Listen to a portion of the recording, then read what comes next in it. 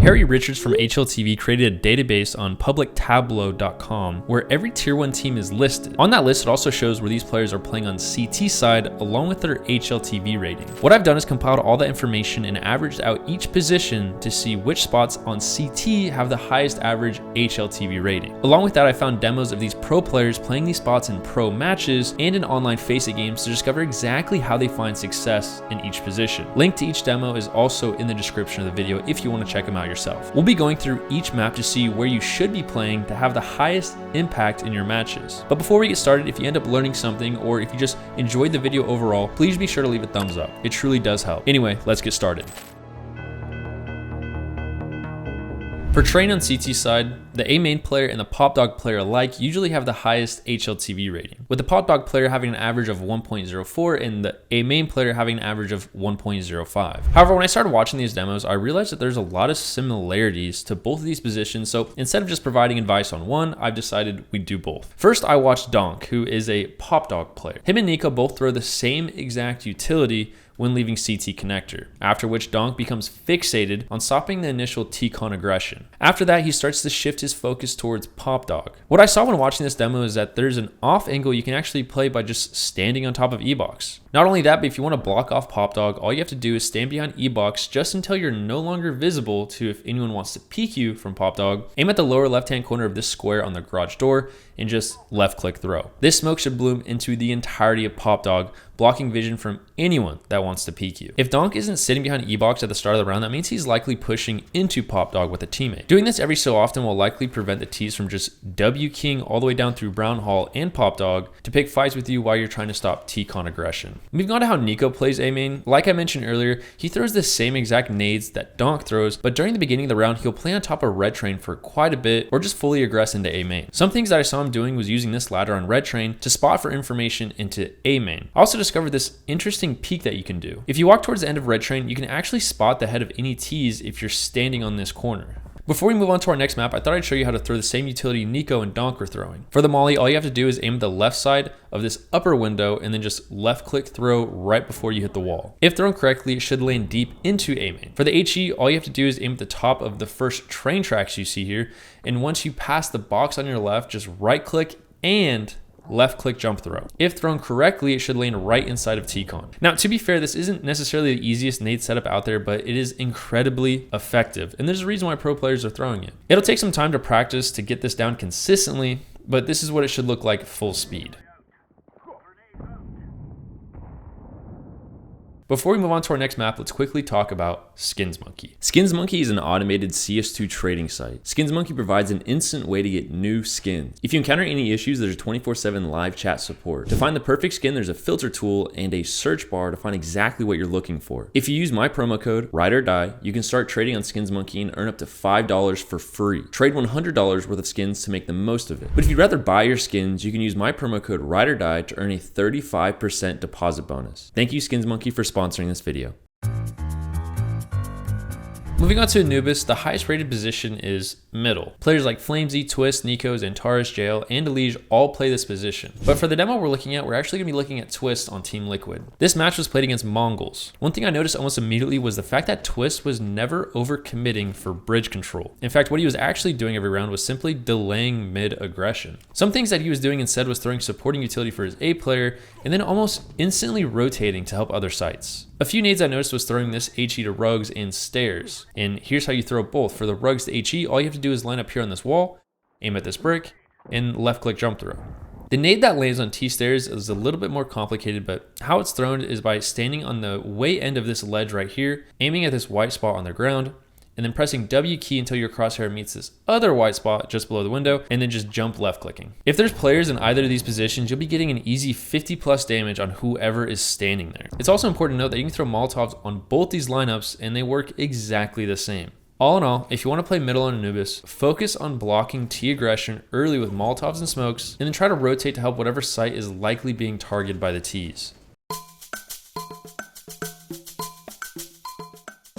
Okay, moving on to Ancient. I was almost certain that mid would be the highest impact position, but surprisingly enough, A Anchor actually has the highest HLTV rating, and not by a slim margin either. The A Anchor's average on Ancient is 1.06, while mid players have an average of 1.03. And by the way, that's with Donk's absurd 1.32 average playing mid. Popular A anchor players include Rops, Jimpat, Zontix, Bit, Frozen, and Nerds. But for this demo, we'll be looking specifically at Rops during the Shanghai Major Grand Final. An angle that Rops opted to play on this round was this right angle back sight. Even though he got mollied out like how he should, he was still good for 2. I honestly don't see enough players playing this position on A. If this spot is good enough for a grand final in a major, it's probably worthy to be played in your matches as well. What Rops also did a lot this game was push straight through A main, which for whatever reason, almost always caught Team Spirit members off guard. Again, this is something that I almost never see from A players. One of the biggest upsides of playing A anchor on Ancient is that it doesn't really play like other anchor sites. You have a lot of liberty to be elsewhere, for example, mid. If your team is running it down mid and you can't get anything going or they can't get anything going, you can run it down with them. Jokes aside, if you want to be a good A anchor on Ancient, you also have to be great at retakes. And if you watch the demo that I linked in the description, that's essentially what Rops is doing a lot this game. But luckily enough, Rops as a player also thrives in those kind of positions.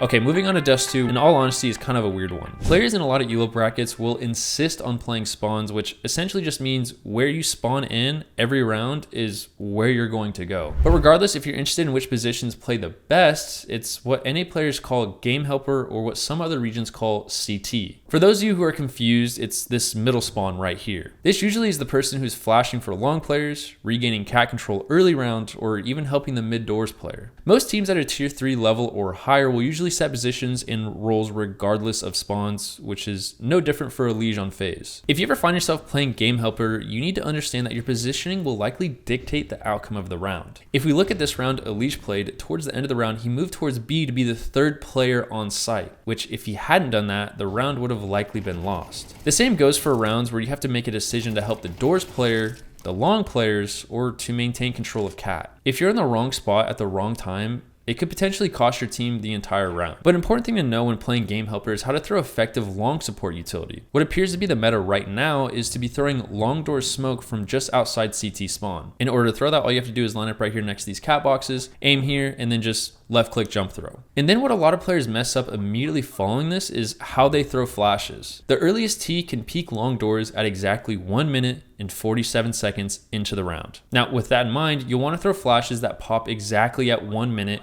and 47 seconds, or just a few fractions of a second later. Flashes will take approximately 1.75 seconds to pop after being thrown. So if you want to time it correctly, once the round timer hits 1 minute and 49 seconds, wait half a second and then throw your first flash. Any T that has the best T spawn to run out long doors will be completely white when they peek your teammates fighting for long.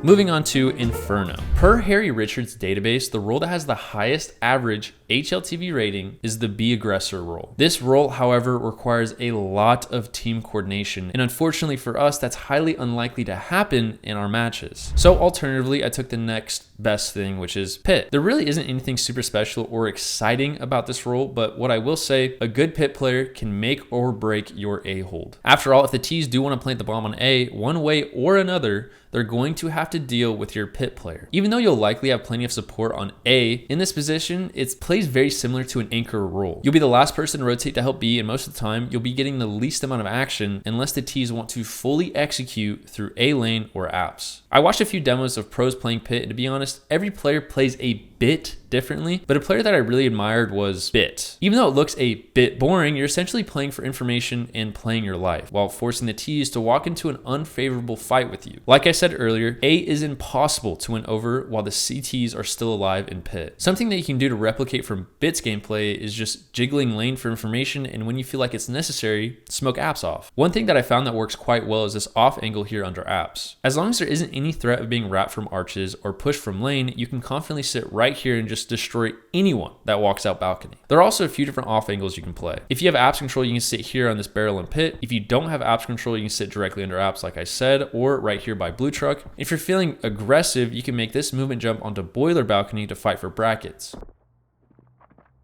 or even the jump prior to that to only fight for boiler. However, these two positions that I just said kind of trend away from what makes a pit player and not a lane player. Moving on to everyone's favorite map, Mirage. One of the highest rated positions in the game, and also most commonly misplayed, is A connector. One thing that you probably don't do, or one thing that you could probably immediately change, is how you throw this ramp molly while moving towards con. Instead of just throwing it deep into ramp or not throwing it at all, from spawns you can simply look above triple here and then throw the molly here. I've mentioned this in previous videos, but what this molly does better than other ones is just obscure the vision of anyone that's trying to peek ramp. Doing this will prevent you from getting picked while you cross over to connector, especially if an AWP is set up bottom ramp. Now this is exactly the molly that Nerds throws almost every round on Mirage. What Nerds is also doing every round is throwing this mid lurk smoke. Some players may be confused why this smoke works so well, similar to how I was confused when I first saw it, but what it enables you to do is to be in more potential positions than just inside con or top con. You could be peeking from lower, you could be peeking mid from the right side of the smoke, you could also still just be inside con or peeking top mid from con. Or you could be like Nerds here and just spamming the con smoke to where you know the T's will be running out top mid. Another thing Nerds does really well is support his A player. All too often in my games when I'm forced to play A,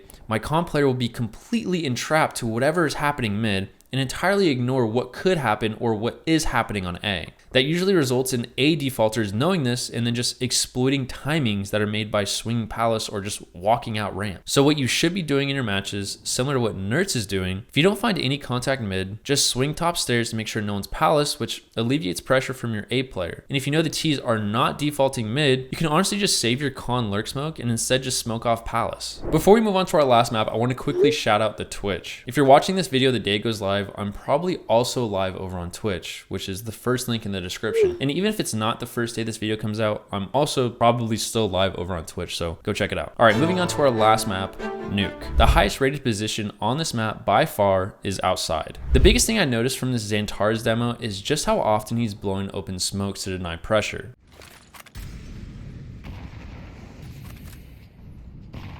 Another thing I noticed, which honestly could just be a setup that his team is running, is just how often he would play for mini instead of big garage or credit. Regardless, my personal recommendation for playing outside if you're playing Premier or Face It is to just be aggressive. It's really difficult to deal with outside pressure as a T just because the timing on spawns allows for so many positions for CTs to get into by the time you start scaling red. And one more thing, since you'll be playing outside, it's also important that you know the best way to blow open smokes. Instead of allowing the grenade to hit the ground, instead what you can do is right click a grenade, then tap left click just for half a second while aiming upwards. If you do this correctly, what ends up happening is the smoke blows open and there is no audio cue the enemy can hear when the grenade hits the ground. Doing this correctly will catch your opponent off guard more so than just allowing them to hear the grenade hit the ground before the smoke gets opened. Okay, I got good news and I got some bad news. Yes, all of these positions are technically the highest rated rifle positions on each map, but the real highest rated role on every map in almost every single team is the AWPer. And the AWPer, just per the database, has an average rating